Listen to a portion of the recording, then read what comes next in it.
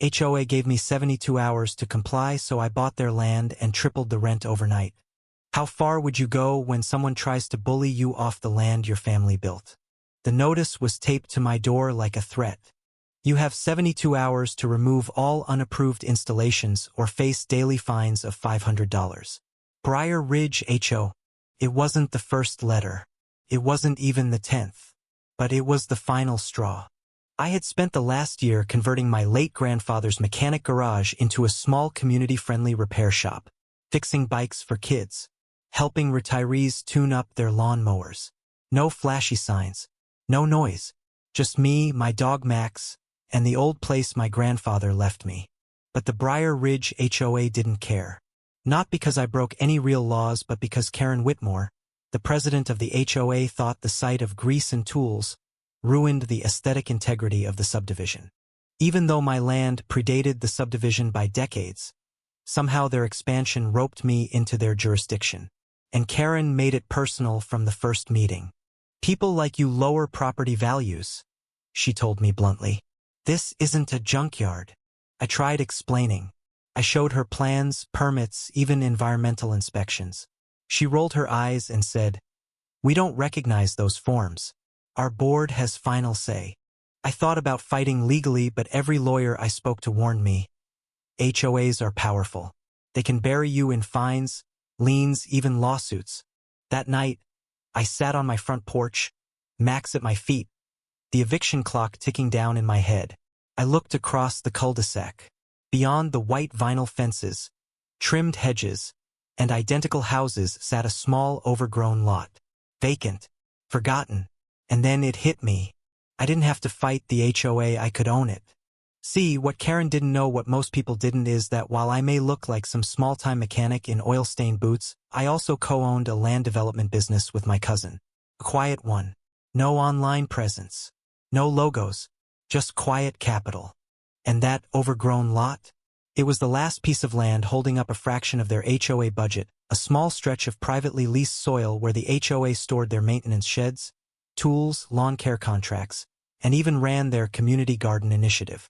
The next morning, I made 2 phone calls. First, to the old couple who owned that lot and had been trying to sell it for years. Second, to my cousin, Ben. By the end of the day, I held the deed in my hand. That evening, I posted a simple notice to the HOA board. Effective immediately, the lease for 184 Garden Row will not be renewed. All equipment must be removed within 72 hours. Daily storage fees of $1,500 will apply thereafter. Karen showed up on my porch the next morning in a frenzy. "You can't do this." I smiled. "You gave me 72 hours. I'm giving you the same. But that's our equipment, our budget." "You should have read your own charter," I interrupted. "That land isn't protected. You leased it at below market value for 10 years. That's over now." She threatened legal action, screamed, called me vindictive. I said nothing. 3 days later, their tools were still there, so we tripled the rent, then filed formal notices for unauthorized storage. The board panicked. Members resigned. Their spring budget collapsed overnight. And then the twist none of us saw coming. Turns out, one of Karen's own board members, a mild-mannered retiree named Mr. Bellamy, had grown sick of her tactics. And when he saw the lease termination, he came forward. He brought receipts. Emails where Karen had funneled HOA funds into a personal landscaping project. Undisclosed gifts from a contractor. Even private messages mocking residents with disabilities who requested curb ramp access. It exploded online. The story hit local news. Karen was forced to step down. Lawsuits followed. And me? I turned the old lot into a free tool library and small compost center, managed with real volunteers and zero politics. The same kids Karen tried to chase away now help maintain it. Their parents bring cookies on weekends. But this story isn't about revenge. It's about knowing your worth. About standing up when someone thinks they can bully you behind a fake smile and a clipboard. So I'll ask you, when power is abused under the mask of order, is rebellion still wrong, or is it justice in disguise? Tell me what you would have done. Karen didn't disappear quietly. Even after stepping down from the HOA board in disgrace, she started showing up at town meetings, trying to paint herself as the victim of a calculated smear campaign. She claimed the land purchase was predatory, that I had conspired with the elderly couple to sabotage the HOA. But no one bought it, not after Mr. Bellamy handed over the receipts. Not after the news broke about the misappropriated funds and her private texts ridiculing residents. Still, I kept my distance. The truth was enough. Let the damage unfold on its own. The real shift came when I was invited to the next HOA meeting. It was surreal. A month before, they were trying to fine me into oblivion. Now they were practically begging me to consider joining the new transitional board as a community advisor. I declined politely. I wasn't interested in power, just peace. But I offered something else. I'll waive the new rent increase for 6 months. I told them. If the board agrees to use that time to restructure transparently, that means audited budgets, open forums, real communication with residents, and, above all, Karen stays out of it. The room was dead silent. Then someone clapped. Then another. One board member, a young mom named Olivia, stood up. "She's right," Olivia said. "We let one person turn this place into a dictatorship." The motion passed. The rent pause went into effect. But it came with conditions, and I watched closely. Meanwhile, Karen kept pushing her narrative online. She joined HOA forums in other towns, warning people about land predators and entitled mechanics. But it didn't gain traction. Too many people had seen the footage, read the receipts, heard the testimonies. Then, something happened that even I didn't expect. I got a call from a young man named Jeremy. He introduced himself as Karen's son. He wasn't calling to threaten. He was calling to apologize. "I don't really talk to my mom anymore," he said. "Not since what happened with my grandfather. But I saw the article and I just wanted to say, some of us aren't like her." I paused, unsure of how to respond. "That means a lot," I finally said. "Thank you." He laughed softly. "Funny thing is, she used to tell us growing up, never back down from what's right. Guess somewhere along the line she forgot what right even was." That call stuck with me, because Karen wasn't born a tyrant. Somewhere along the line she had become one. And it made me wonder how many other Karens were out there, still hiding behind rules and roles, pretending their cruelty was just procedure. Back on the ranch, things finally settled into something resembling normal. The garage stayed open, the tool library expanded, and kids from the neighborhood even started coming around to help Max, my mutt, learn new tricks. Ellie came by every weekend to film updates for her little YouTube series, Rebuilding Briar Ridge. It was corny, sure, but it had heart. One afternoon, Olivia stopped by with a small folder. Inside were official HOA documents signed, notarized, and newly amended. They'd rewritten the charter. Now, any enforcement decision required a supermajority vote. Budgets had to be made public, and community service hours were to be prioritized over financial penalties. "We still have a long way to go," she admitted. "But this is a start." I looked at her. She wasn't smug. She wasn't trying to earn points. She was just trying to fix what had been broken. "You've got my support," I said. "As long as this stays about people, not power." She smiled. "That's all we want." And just when I thought the Karen chapter had closed for good, another twist hit. A new lawsuit. Karen filed it herself, no lawyers. Just a long, rambling statement accusing me of property manipulation, targeted harassment, and hostile land acquisition. It was laughable. It was also a mistake. Because this time I didn't even need to hire anyone. Olivia and the new board countersued for damages citing defamation, prior misuse of funds, and emotional distress inflicted on the neighborhood. When it went to mediation, Karen cracked. In front of 2 judges and her own former allies, she lost it. "They never respected me. They let their lawns go to weeds and painted their doors off-white when the palette clearly said sand beige. I built order out of chaos. And she pointed at me like I was the devil himself.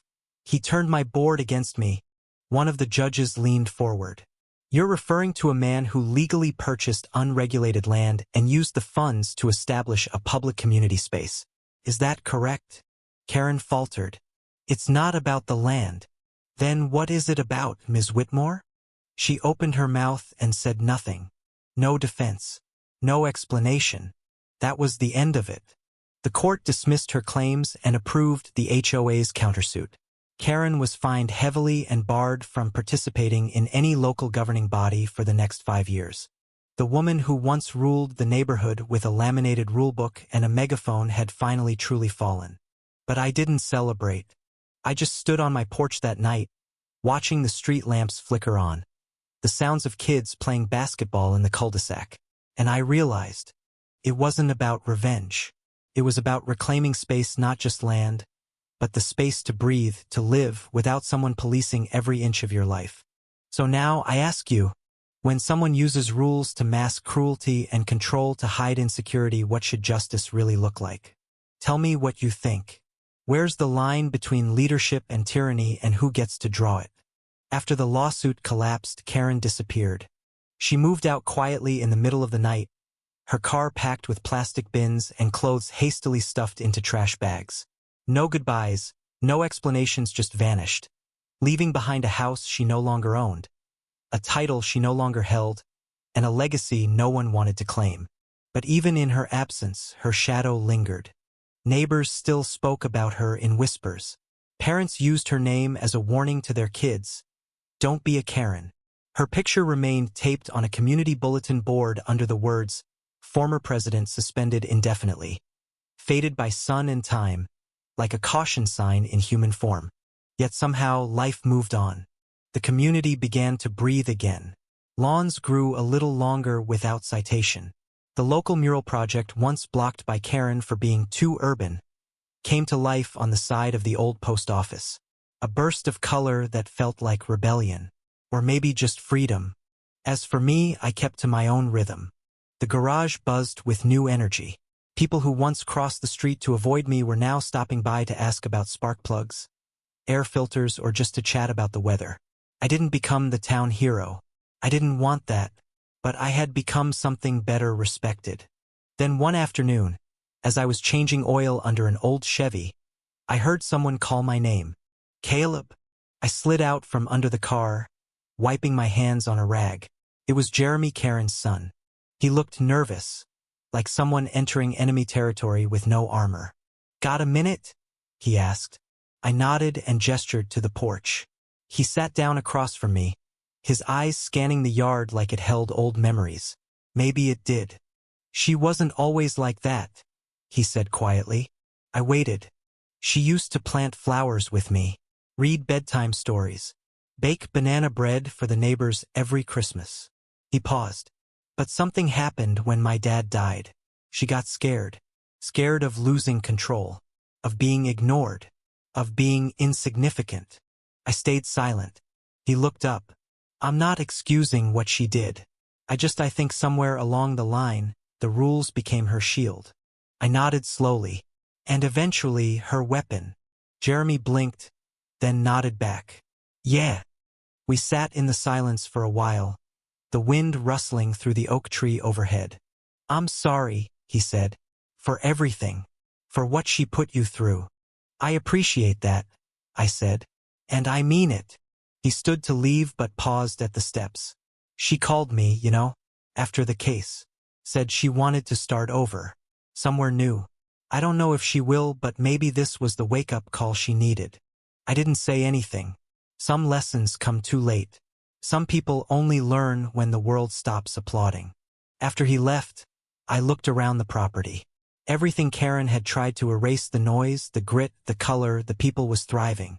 The garage door was open, music playing softly from the radio. A kid was riding past on a bike we had fixed last week. The scent of motor oil mixed with fresh grass. It wasn't perfect. It was real. And then came the surprise. A letter in the mail.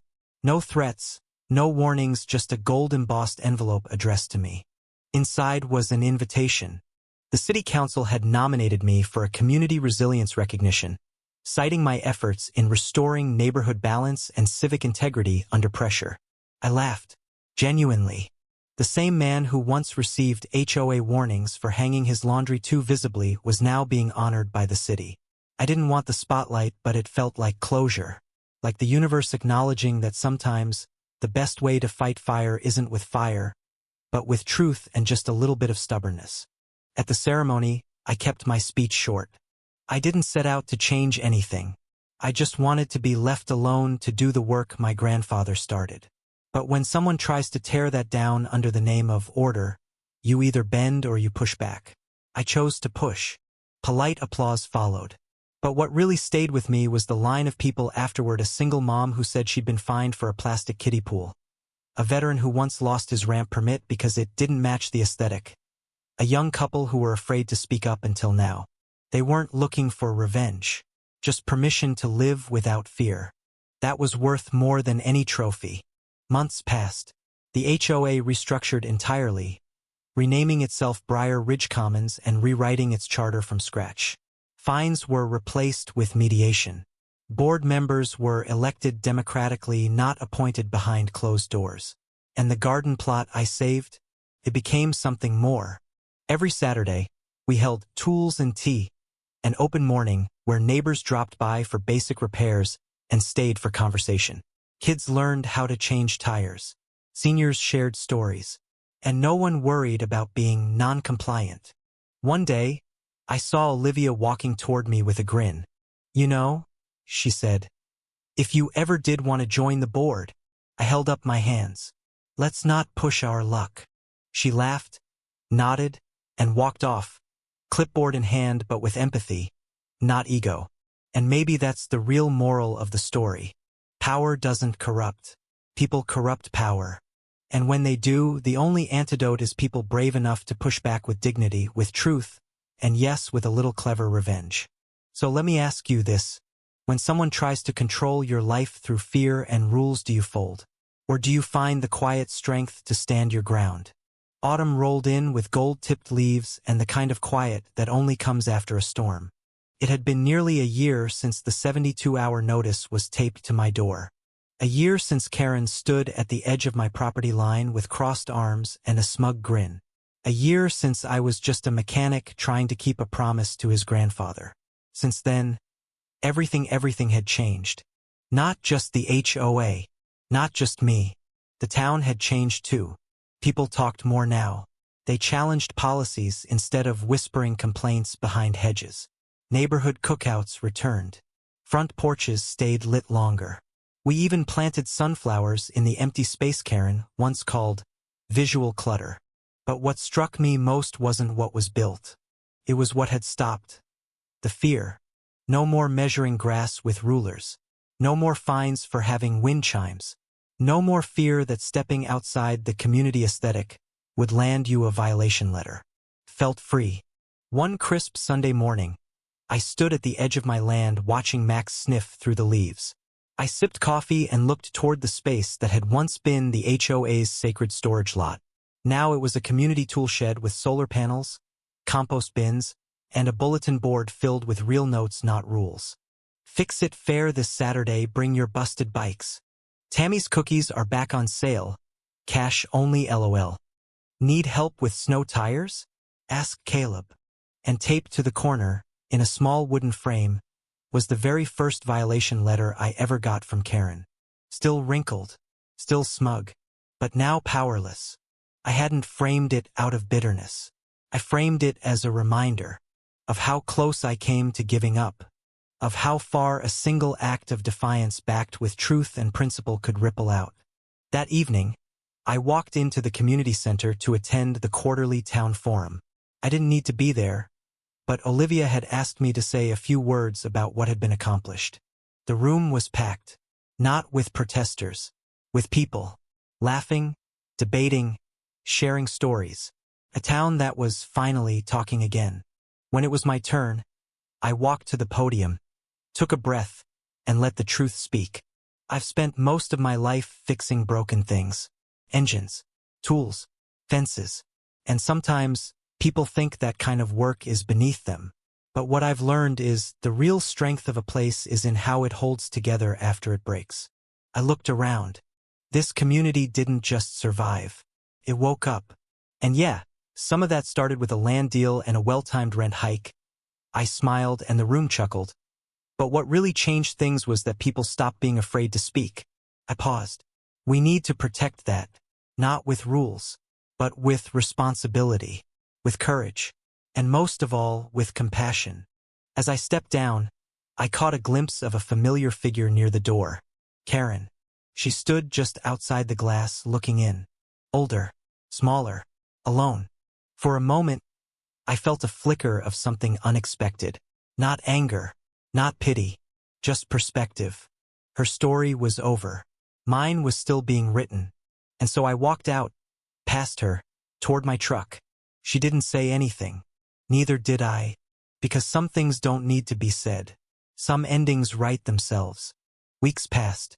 The air grew colder. The holidays approached. Ellie, my niece, came home from college for winter break and surprised me with something special. A photo album titled Reclaiming Home. Inside were pictures of the garage, the garden, the first community fair, the kids fixing bikes, the mural, even Max chewing on a spark plug. She flipped to the last page, a photo of the infamous chalkboard that sat by the lot, right after everything went down. The words read, "They gave me 72 hours. I gave them forever to remember." And beneath it, in her neat handwriting, "For Uncle Caleb who taught us when to bend and when to stand." I closed the album gently, the fire crackling beside us. "You know," Ellie said, "you could have just sold the land, made a fortune." I smiled. "And missed all this?" She laughed. "You're impossible." "No," I said, sipping my coffee. "Just finally free. So here we are. A mechanic, a mutt, and a town that chose people over power. We didn't just win a fight. We reclaimed something bigger, our voice. And in a world full of Karens, that might just be the greatest victory of all. So I ask you, what would you have done if they gave you 72 hours to disappear? Would you have complied, or would you have fought for the life you built? Let's talk about it. Because one day someone might try to write your story for you, and you'll have to decide if you're going to let them hold the pen.